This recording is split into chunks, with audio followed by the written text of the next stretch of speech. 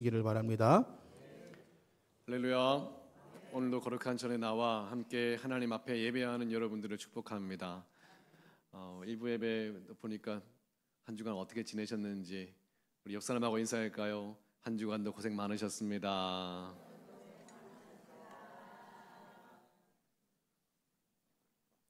오늘 예배 가운데 하나님의 큰 임재가 여러분의 심령 가운데 있기를 축원합니다. 오늘은 예배할 때 해석이 달라집니다라는 제목으로 이 빌립보서 말씀을 좀 이어서 보려고 합니다. 사순절 기간인데 이 기간 가운데 수많은 인생의 문제와 어려움 가운데도 주님의 그 복음이 내 인생을 새롭게 해석하게 되는 거룩한 은혜가 있기를 바랍니다. 오늘 말씀을 준비하면서 영화 한 편이 생각이 났습니다. 인생은 아름다워라는 영화입니다. 보신 분이 계십니까? 참 많은 사람들이 걸작이라고 부르는 명작 영화입니다. 명작들은 다 그 영화에 메시지가 있는데요. 이 영화를 간단하게 말씀을 드리면 남성 주인공인 귀도라는 사람이 나옵니다. 이 사람은 얼마나 삶을 기쁨으로 살아가는지 순간순간을 긍정적이고 자신감 있게 기쁨으로 유쾌하게 살아가는 사람입니다. 그런데 사랑하는 여자가 생겼어요. 그 여성은 신분도 높고 부잣집의 사람이고 함께 결혼할 수 없는 그런 신분인데도 이 남성의 매력에 빠져서 여성이 함께 결혼을 하게 됩니다. 그런데 이때 배경이 히틀러가 유대인을 말살 정책을 펼치는 그 배경이었어요. 그래서 유대인들을 이제 끔찍한 수용소에 잡아 가두는데 이 귀도라는 남성 주인공이 유대인이었고요. 또 결혼해서 낳은 아들이 또 그 피를 이어 유대인이어서 끌려가게 됩니다. 그의 아내는 유대인이 아닌데 가족이 끌려가니까 자발적으로 함께 그 수용소에 가게 됩니다. 근데 그 안에서도 이 귀도라는 남성 주인공이 얼마나 유쾌하게 그 끔찍한 배경 속에서 살아가는지 순간 방송하는 막 사람을 겁박하고 협박하는 그 방송을 하는데 지나가다가 아내가 좋아하는 그 음악을 몰래 틀어놓기도 하고요. 또 살아가는 아들이 겁을 먹을까봐 독일 그 군대 사람들이 와서 막 소리를 지르고 협박을 하니까 아들한테 이거를 해석해 주겠다고, 이거를 무슨 말인지 내가 통역해 주겠다고 해서 사실은 이거 게임하는 중인데 저 사람들은 독일군 옷을 입고 나쁜 역할을 맡은 사람이라고. 그래서 그 사람들이 막 소리 지르고 이래서 나쁜 역할을 누가 잘하는지 게임을 하는 중이고, 우리가 이 게임을 해서 1000점을 따면 탱크를 선물 받을 수 있다고 이렇게 이야기를 하는 거예요. 그 아이들이 놀라면서 진짜 그러냐고 아들한테 그렇게 이야기해 주면서 그 순간순간을 얼마나 유쾌하게 만들어내고 함께 기쁨으로 만들어내는지, 마지막에 이 주인공이 이제 끌려가서 총살의 장면으로 끌려가는 장면 속에서 아들한테 마지막 부탁을 합니다. 지금 아빠가 보니까 아들, 너가 여기서 1등이라고. 이제 마지막으로 이거 잘 숨어 있는 게임인데 너 저기서 들키지 않고 잘 숨어 있으면 1등에서 뭘 받을 거라고요? 탱크를 선물로 받을 수 있을 거라고 꽁꽁 숨겨주고는 마지막에 익살스럽게 아들과 눈을 맞추면서 익살스럽게 걸어가는 그 장면이 마지막 장면입니다. 아들한테 해줬던 명대사가 있습니다. 아들아, 아무리 처한 현실이 이러해도 인생은 정말 아름다운 것이란다 하는 그 명대사를 들려주었어요.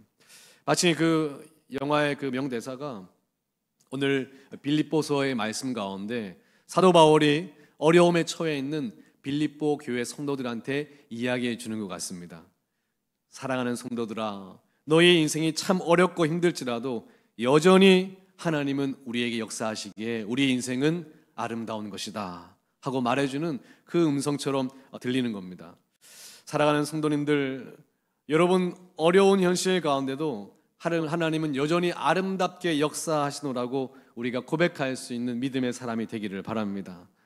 여전히 우리 삶은 녹록하지 않지만 이 상황 속에서도 일하시는 하나님, 여전히 우리 삶 속에 개입하시고 함께 하시는 하나님의 은혜가 여러분의 입술 가운데 고백되어지기를 축원합니다.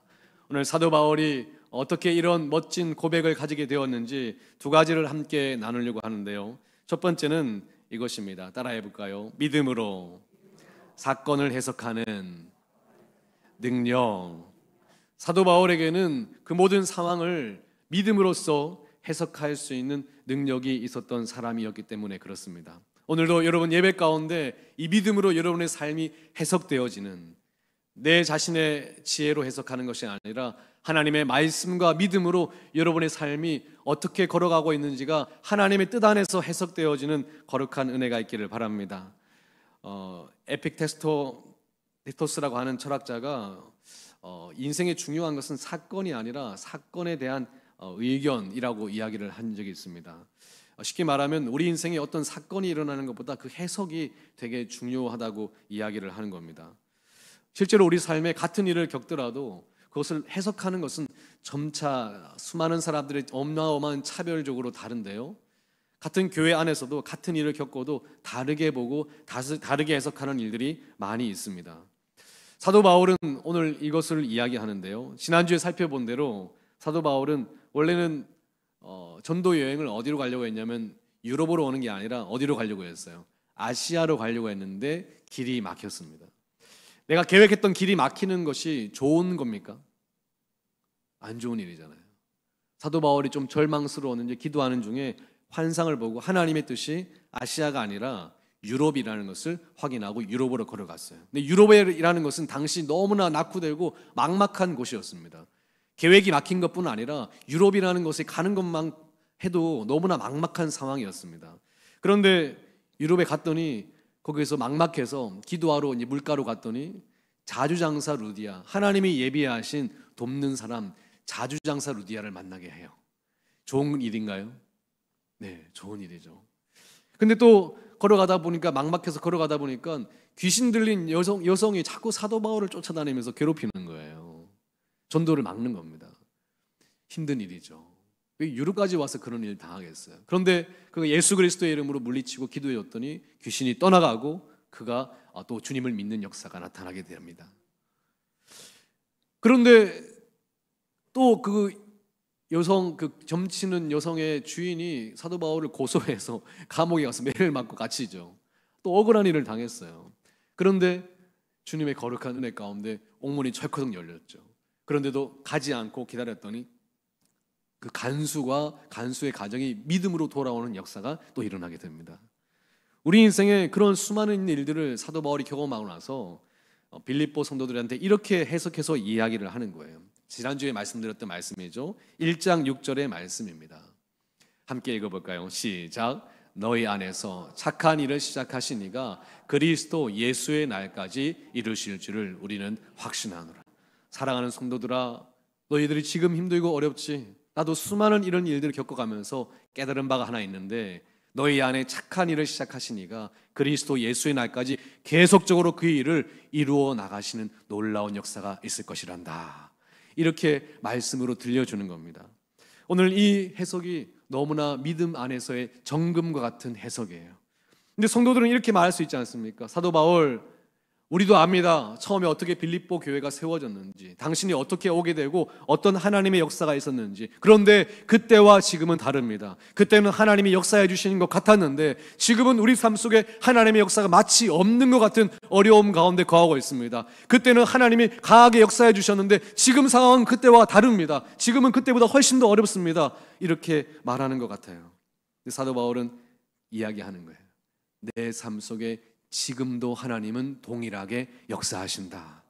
이렇게 얘기하면서 자신의 이야기를 또 들려주는 겁니다. 지금 역사하시는, 과거에 역사하시는 하나님이 아니라 지금 자신에게 어떻게 역사하시고 계시는지를 사도 바울이 들려주기를 시작합니다.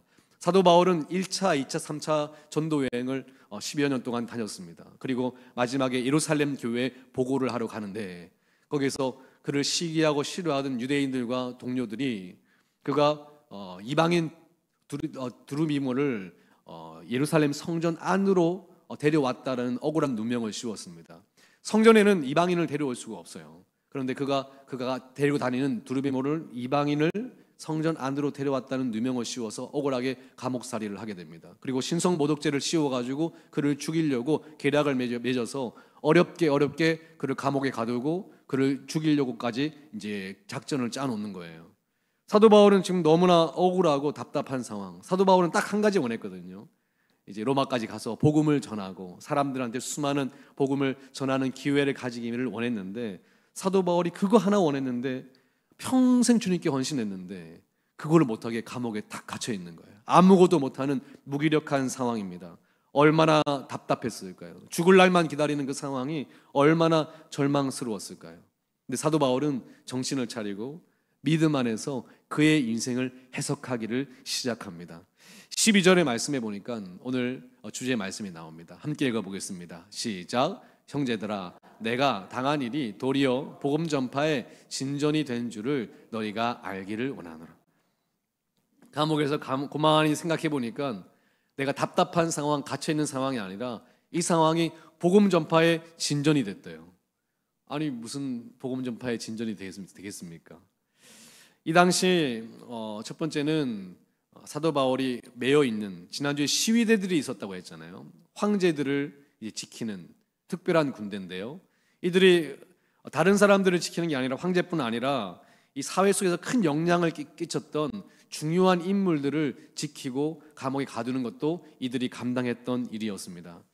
그런데 사도 바울이 그러니까 그냥 평범한 사람이 아니라 주요 인물로 본 것이죠. 근데 당시 문헌에 의하면 이 경호대가 24시간 이제 계속 그를 감시하게 되는데 10명씩 6조로 나누어서 4시간씩 로테이션을 돌아서 그를 감시하게 됩니다. 근데 사도 바울도 매여 있었고 꼼짝할 수 없었지만 누구도 4시간씩 꼼짝할 수 없는 거예요. 그를 지켰던 시위대도 계속 그 자리에 있는 겁니다. 사도 바울이 가만히 있었을까요? 계속 그들에게 무엇을 했을까요? 복음을 증거하고 그들에게 이야기를 나눕니다. 예전에 바울이라는 영화를 보니까 이제 그 군대 높은 지위에 있는 사람이 바울을 청해서 기도를 받기도 하고요.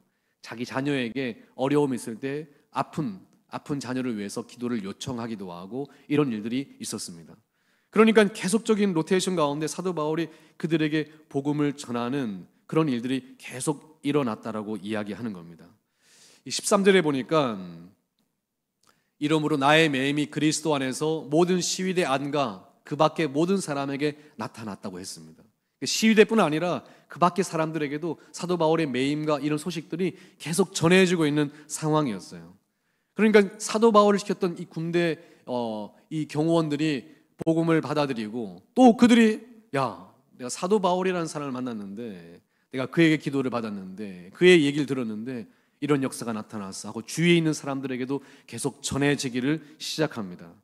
실제로 로마에서 박해를 받던 기독교가 이제 국가 종교로 공인이 되는 그때 학자들이 볼 때 10%가 되지 않는 기독교인의 비율을 가지고 국가 종교로 공인이 되었어요. 그 이유가 그 당시 많은 고위직들이 예수를 믿었던 많은 고위직들이 예수를 믿었던 이 부분이 주요하게 작용했을 것이라고 역사학자들이 추정을 합니다. 누구와 그 고위직들에게 복음을 전했을까요? 바로 사도 바울이 로마에 있는 동안 그가 지켰던 이 군대 군병들과 그가 만났던 수많은 고위직들에게 복음이 전해졌던 중요한 사실이 바로 여기 있었던 겁니다. 사도 바울이 이 절망의 상황 가운데 곰곰이 믿음 안에서 자신의 상황을 다시 재해석을 하게 됩니다. 또 14절에 보니까 이런 이야기가 있습니다. 함께 읽습니다. 시작. 형제 중 다수가 나의 매임으로 말미암아 주 안에서 신뢰함으로 겁없이 하나님의 말씀을 더욱 담대히 전하게 되었느니라. 사도 바울이 갇혀 있으니까 주위에 있는 사람들이 바울도 갇혀 있는데 지금 그 안에서 이런 일들이 일어난다는데 우리 자유의인이 우리가 안 하면 되겠느냐 하고 겁없이 그들이 더욱 힘을 내서 복음을 전하기 시작하고, 아니 사도 바울이 그 억울한 상황을 우리가 어떻게 가만히 둘 수 있겠느냐, 우리가 사도 바울이 못하면 누가 하지? 우리라도 해야지. 이런 놀라운 열정과 용기가 생겨서 복음 전파가 이루어지는 놀라운 이 소식들을 듣게 됩니다. 그러면서 사도 바울이 이야기하는 거예요. 내가 멈추었다고 하나님의 역사가 멈추는 게 아니라 지금도 하나님의 역사가 일어나기를 시작하는구나. 이를 이루시는 분은 내가 아니라 우리 하나님이시구나. 이런 고백이 사도 바울에게 있고 이 복음의 역설 가운데 자신의 삶을 새롭게 해석하는 믿음의 능력이 주어지게 되었다는 거예요. 그러면 사도 바울이 이 메인바 되었던 이 몸에서도 감사하고 기뻐하는 믿음의 역사가 일어났다라고 하는 겁니다. 저는 이 말씀이 생각났습니다. 고린도후서 6장 10절 말씀, 제가 참 좋아하는 말씀인데요. 여러분 아시나요? 함께 읽어볼까요? 시작. 근심하는 자 같으나 항상 기뻐하고 가난한 자 같으나 많은 사람을 부요하게 하고 아무것도 없는 자 같으나 모든 것을 가진 자로다. 저는 이 말씀이 너무 좋아요. 누군가는 우리에게 이야기할 겁니다. 너는 근심하는 자 같다. 아니, 나는 이 상황에서도 기뻐할 수 있는 믿음의 해석이 있어. 너는 가난한 자 같은데, 아니, 나는 가난한 자가 아니라 이런 상황에서도 하나님이 나를 통해서 많은 사람을 부욕케 하는 축복의 통로지. 너는 아무것도 없는 거 아니냐? 아니야, 나는 주 안에서 모든 것을 가진 사람이다. 이 믿음과 복음 안에서 자신을 새롭게 해석해내는 이 놀라운 이 말씀의 비밀이 바로 하나님께서 저와 여러분에게 주신 영적인 지식인지를 믿으시기를 바랍니다. 여러분, 요즘에 여러분의 삶을 어떻게 해석하고 있습니까? 여러분의 삶이 어떤 것 같습니까? 비루하고 힘들고 어렵고 고난에 처한 상황인 것 같습니까? 아니에요. 오늘 예배와 말씀 가운데 이 영적 지식, 하나님의 말씀 앞에서 여러분의 삶을 새롭게 보는 거룩한 눈이 열리기를 축원합니다. 저는 목회자로 살아오면서 목회의 자리가 참 어렵다라는 생각을 했던 것이, 늘 성도들과 대화를 나누면 주로 성도들이 기쁜 소식을 전하기보다 힘들고 어려운 기도 부탁을 많이 하게 됩니다. 근데 웬만치 어려우면 아유, 성도님 용기를 내고 살아가다 보면 하나님의 도우심이 있을 겁니다, 이렇게 얘기하면 좋은데, 성도들의 삶이 웬만치 어렵지가 않아요. 참 많이 어렵습니다. 성도들의 아픔과 고통을 들을 때마다 제 마음이 참 함께 힘이 들어요. 얼마나 힘드실까, 얼마나 어려우실까, 함께 공감이 되면 될수록 마음이 쉽지가 않습니다. 만약 저에게 하나님께서 성도들의 삶을 은혜로 믿음으로 바라보고 해석할 수 있는 믿음을 주시지 않았다면 제가 굉장하게 힘들었을 겁니다. 그런데 목회를 하면서 이 성도들의 아픔과 고통이 이 사도 바울의 이야기처럼 하나님의 은혜로 바뀌는 장면을 참 많이 봤거든요. 이것 가운데 저에게 해석이 되는 겁니다. 성도님이 목사님, 제가 이런 일이 어려워서 지금 막막합니다, 어떻게 하면 좋을까요? 라고 들으면 제 마음에 저 성도에게 곧 하나님께서 새로운 일들을 또 시작하시겠다 하는 기대감도 들고요, 저 성도의 그 어려움을 통해서 하나님께서 어떻게 역사하실지를 바라보는 기대감과 함께 기도하며, 하나님, 저 성도의 아픔이 아픔으로 의미 없는 고통으로 끝나지 않고 도리어 저들에게 축복이 되는 역사가 나타나게 하여 주옵소서, 이 기도를 하게 되는 거예요. 얼마 전에 들었던 그 교수님 가정의 이야기인데요, 그 교수님 가정의 이야기가, 그 남편 교수님이 참 그 똑똑한 사람인데 믿음이 안 들어가는 겁니다. 그 아내랑 가족들은 다 교회 다니는데, 그래서 아내가 계속 교회 가자고 하니까 하는 수 없이, 아내가 너무 하니까 내가 데려다는 줄 테니까 그럼 너희들은 예배 드리고 와. 그 사이에 나는 뭐 하고 있겠다? 나는 잘 거야. 이렇게 했다는 거예요. 그래서 교회 데려다주고 밑에 주차장에서 자기는 그때 자는 거예요. 그런데 무더운 여름날이었는데 에어컨이 덜컥 고장이 났다는 거예요, 차에. 그날은 차에 자려고 해도 더워가지고 잘 수가 없겠는 거예요. 그래서 물어봤다는 거예요, 아내한테. 교회 에어컨 있어? 근데 그 아내가 교회 가면 추워. 춥다고? 그렇게 시원해? 이런 마음에. 그래서 그날은 차에서 못 자고 어디서 자기로 결정했어요. 교회에 올라가서 자기로. 그래서 기둥 옆에 저 뒤에 숨어 있는 그런 자리를 찾아가지고 자려고 했는데, 그날 탁 자려고 살짝 누웠는데 그날 그 목사님의 그 말씀이 자기 귀에 촥 꽂혔다는 거예요. 그리고 그날 바로 믿음이 들어왔다는 겁니다. 사람이라는 것이 참 신기하죠. 그런데 다른 사람들은 이렇게 해석할 겁니다. 그냥 우연히 그런 일이 있었다고. 저는 그 에어컨이 고장나고 이런 일도 심상치가 않은 거예요. 하나님의 역사하심 가운데 있다고 저는 믿습니다. 그런 역사가 있는 겁니다. 여러분 잘 아시는 정근모 장로님, 정근모 박사님, 유명한 분이시죠. 위대한 과학자이고 신실하신 장로님입니다. 이분은 똑똑하기로 유명한데 경기고등학교를 수석으로 입학해서 고등학교를 다니다가 1학년 때 4개월 만에 검정고시로 고등학교를 졸업해버리고 서울대학교 물리학과를 차석으로 입학을 해버립니다. 그리고 서울대 행정대학원을 수석으로 입학해버리고요, 미시간 주립대학 박사학위를 2년 만에 끝내고 23살에 대학교 교수가 됐어요. 엄청난 수재입니다. 이분이 한국과학원의 창시자이기도 하고 국제원자력기구의 의장이기도 하고 한국과기부 장관을 영임하기도 했는데요, 이분에게 약점이 하나 있었는데 자기 자녀에게 그 아들에게 만성 신부전증이 있었어요. 이게 고쳐지지가 않으니까 자신의 콩팥을 이제 아이에게 이제 기증해서 줍니다. 근데 기도를 하는 중에 하나님이 이런 마음을 줬다는 거예요. 너는 그 아들로 인해서 나한테 감사해 본 적이 있냐? 하는 그 감동을 줬다는 거예요. 근데 아니 하나님, 아들로 인해서 아들이 지금 아파가지고 맨날 저렇게 신부전증으로 힘들어하는데 이제 콩팥까지 떼줬는데 아들로 인해서 어떻게 감사를 합니까? 하나님, 저를 보십시오. 저는 맨날 수속하고 입학하고 맨날 이렇게 부모의 자랑거리가 됐으니까 부모님이 저를 통해서 늘 감사했는데 저희 아들은 늘 약해가지고 제가 늘 근심거리지 감사의 제목이 아닙니다. 이런 생각을 하는데 갑자기 이런 깨달음이 주어졌다는 거예요. 아들로 인하여 그 사람, 우리 장로님은 늘 모든 하는 일마다 너무 잘했기 때문에 그렇게 깊이 기도할 필요가 없었던 분입니다. 하기만 하면 뭐 수석이고 하기만 하면 막 최연소고 하기만 하면 사람들이 알아줬던 사람이기 때문에. 그런데 생전 처음으로 자신이 노력해도 잘 안 되는 문제를 만나게 된 겁니다. 그때 이 장로님이 처음으로 깊이 기도하는 법을 배웠습니다. 그와 그 가정이 주님께로 온전한 믿음의 신앙으로 돌아오는 역사를 경험하게 됩니다. 이게 깨달아지면서 하나님 감사합니다. 우리 가족을 진정한 믿음 가운데로 초청해 주셔서 감사합니다. 이 고백을 하게 됐다는 거예요.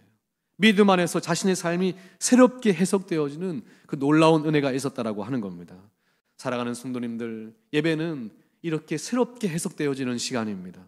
하나님의 은혜와 말씀이 여러분의 삶을 여러분이 생각으로 해석하는 것이 아니라 하나님의 말씀이 여러분을 해석하고 하나님의 은혜가 여러분을 해석해 나갈 때 하나님 앞에 아멘으로 화답하시는 거룩한 은혜가 있기를 축원합니다. 오늘 두 번째 중요한 대지는 이것입니다. 따라해 볼까요? 본질에 집중할 수 있는 능력. 우리 인생의 어려운 것은 환경과 고난의 문제이겠지만 더 어려울 때가 무엇이냐면 바로 사람에 대한 부분입니다. 여러분, 사람 때문에 힘들어해 보신 적 있습니까? 환경이 어려울 때는 정말 죽을 것 같은 힘듦이라고 표현한다면 사람 때문에 어려울 때는 차라리 죽는 게 낫겠다라는 힘듦이 있는 것이 바로 사람들과의 문제입니다. 사도 바울에게도 바로 이 문제가 있었어요. 그가 감옥에 갇힌 것보다 더 힘들었던 것이 그와 함께 했던 동료들의 배신과 그를 모함하고 죽이려고 하던 그 주위에 있는 사람들, 시기와 질투 어린 그의 주위의 사람들의 평가와 일들, 이것이 유대인들만 사도 바울을 미워했던 것이 아니라 같은 그리스도인들 안에서도 사도 바울이 사도성에 대해서 공격을 하고 그가 복음을 전하는 것을 못마땅하게 여는 사람들이 많이 있었기 때문입니다. 사도 바울이 많이 힘들었어요. 우리 15절 말씀해 보니까 어떤 이들은 뭐와 무엇으로요? 투기와 분쟁으로 복음을 전했대요. 아니, 사도 바울 집까지 게 뭔데 무슨 사도로서 복음을 전해? 내가 낫지 하고 복음을 전파되고 더 나누어지긴 했는데 시기하고 분쟁하는 마음으로 했대요. 17절에 보니까 이렇게 나와 있습니다. 그들은 나의 매임의 괴로움을 뭐하게 할 줄로 생각해서요? 예수님을 전하긴 전했는데 누구를 괴롭히려고 하는 목적으로요? 그래, 이제 사도 바울 딱 못하게 하고 우리가 주도권을 가져오자. 저희는 다시는 복음 전하는 일에 얼씬도 못하게 치워버리고 우리가 주도권을 다 가져오자. 그래서 사도 바울이 이 일을 들으면 참 괴로워할 정도로 그런 마음으로 하는 그리스도인 안에서 같은 믿음의 공동체, 얼마 되지도 않은 초대교회 공동체 안에서 이런 일들이 끔찍하게 있었습니다. 그러니까 얼마나 자존심 상하고 배신감을 느끼고 서운하고 아쉽고 그러겠습니까? 그는 그냥 복음 때문에, 순수한 복음 때문에 헌신했는데 그를 못마땅하게 보는 그 사람들의 그 눈길들이 얼마나 힘들었겠냐고요. 그래서 사도 바울은 이 안에서 결정을 합니다. 바로 오늘 두 번째 대지, 본질에 집중할 수 있는 능력인데요. 우리 오늘 본문의 말씀입니다. 1장 18절 말씀. 오늘 이 맥락을 가지고 함께 믿음으로 크게 고백했으면 좋겠는데 함께 이걸 보겠습니다. 시작. 그러면 무엇이냐? 거칠애로 하나 참으로 하나 무슨 방도로 하든지 전파되는 것은 그리스도니 이로써 나는 기뻐하고 또한 기뻐하리라. 내가 처음에 시작한 것이 무엇이었지? 복음을 증거하기 위해 시작한 거지.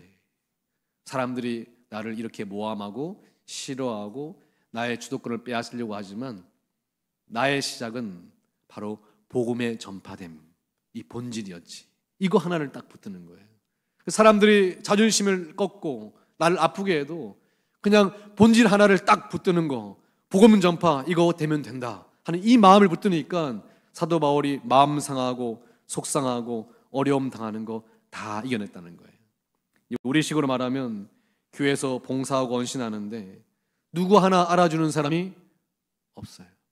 오히려 봉사하면 할수록 일을 뭐 이런 식으로 했냐 그러고, 오히려 막 헌신하고 애쓴 것을 깎아내리기에, 그러니까 자존심이 상하고 마치 내가 헌신했는데 다른 사람이 한 것처럼 그 사람이 막 칭찬받고 이런 일들이 일어났다는 거예요. 그런데 어떤 생각을 하는 거예요? 주님의 복음이 전파되고 교회가 잘되고 사명이 이루어지는 것으로 나는 만족한다는 거예요. 비록 내가 인정받지 못하고 내가 사람들한테 오해를 받더라도 하나님의 일이 이루어졌으면 됐지.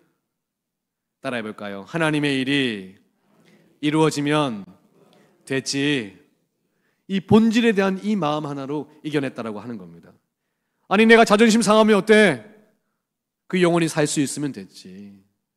가끔 저도 성도들과 전도하러 가면 어떤 성도님들은 그 전도를 위해서, 그 한 영혼을 위해서 지나치게 자존심을 내려놓고 막 매달리는 거예요. 그러면 그 사람이 교회 오든 안 오든 저희가 뭐 손해보는 거 있어요? 그런데도 막 죽을 것처럼 매달리는 겁니다. 저렇게까지 하시나. 그런데 전혀 자존심을 상해하지 않아요. 내 자존심 상하면 어때? 한 영혼이 살 수 있으면 됐지. 이 마음이 있는 거예요. 어떤 이들은 누군가가 나에게 여러 가지 손해를 끼쳤습니다. 금전적으로도 손해를 끼치고 상황적으로도 손해를 끼쳤습니다. 그런데도 저 사람이 믿음 생활을 잘할 수 있도록 그 사람을 오히려 돕는 거예요. 그 사람이 믿음 생활 잘할 수 있으면 됐지. 이 본질을 붙드니까요, 사사로운 기쁨을 빼앗기는 것을 넘어서는 겁니다. 오늘날 교회에서 왜 기쁨을 빼앗깁니까? 혹시 여러분에게 복음을 빼앗아가는 사람이 있었습니까? 혹시 여러분에게 말씀을 빼앗아가는 사람이 있었습니까? 혹시 여러분에게 예수 그리스도를 믿지 말라고 하는 사람이 있었습니까? 그런 사람은 없어요. 그런데 여러분을 자존심 상하게 하는 사람은 있었을 겁니다. 여러분을 알아주지 않는 사람은 있었을 겁니다. 여러분의 마음을 상하게 하는 사람은 있었을 겁니다. 여러분의 헌신을 폄하하는 사람은 있었을 겁니다. 사도 바울도 그랬어요. 근데 오늘 사도 바울은 이렇게 고백하기로 결정을 합니다. 오늘 1장 18절 다시 한번 읽어보겠습니다. 그러면 무엇이냐? 거칠어로 하나 참으로 하나 무슨 방도로 하든지 전파되는 것은 누구니? 그리스도니. 이로써 나는 기뻐하고 또한 기뻐하리라. 주님의 일이 이루어지고 믿음이 세워지고 교회를 위한 일이라면 때로는 자존심 상하고 때로는 알아주지 않고 나를 폄하한다 하더라도 그래도 나는 뭐 하리라? 기뻐하리라. 주님이 아시면 됐지. 이 마음으로 이겨냈다라고 하는 겁니다. 사랑하는 성도님들, 여러분과 저에게도 이 복음 앞에 집중할 수 있는, 이 본질에 집중할 수 있는 그 능력이 오늘 예배 가운데 이루어지기를 축원합니다. 유튜브 알고리즘으로 유명한 그 수학 강사의 어떤 강의를 본 적이 있습니다. 그 수학 강사가 아주 이 설교 같은 이야기를 하더라고요. 중요한 것은 본질이야. 본질. 그러면서 밥집의 본질은 맛이고, 가수는 뭘 잘해야 돼요? 노래를 잘해야 되는 거고, 운동선수는 뭘 잘해야 돼요?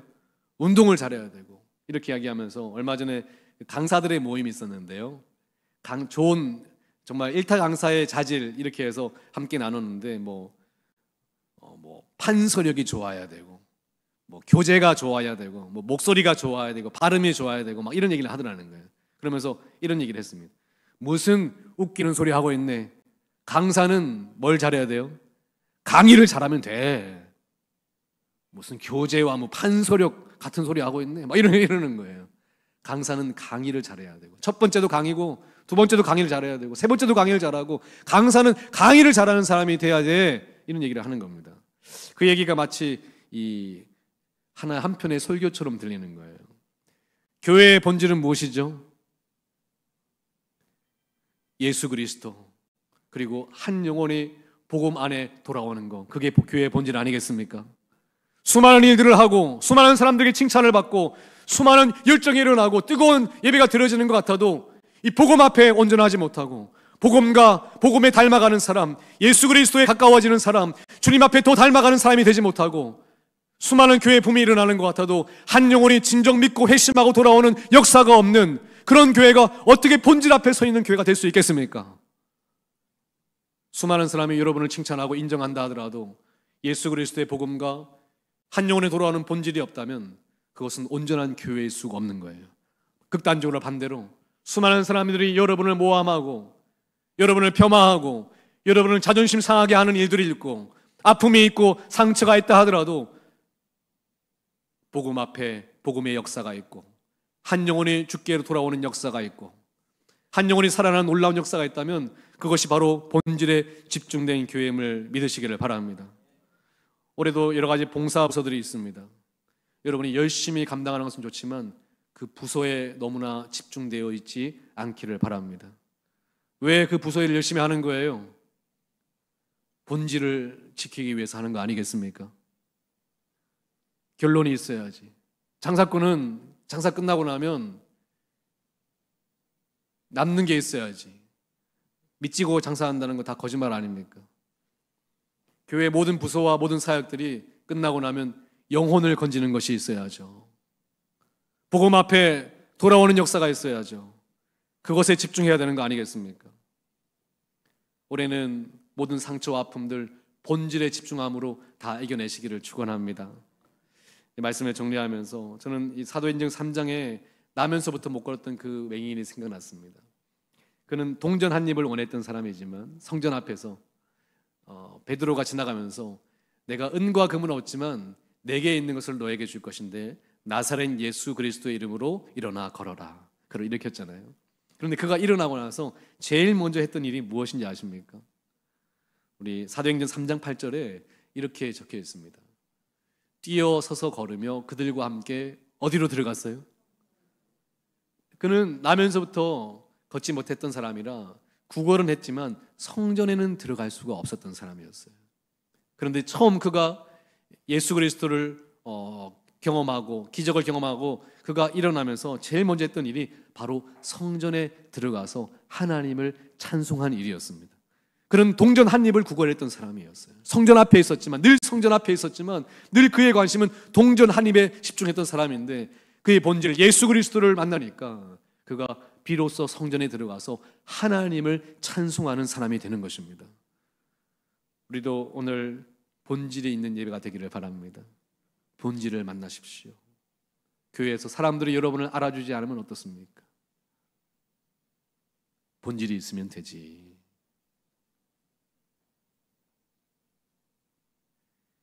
오늘 빌립보서 1장 18절 큰 소리로 한번 읽고 마치려고 합니다.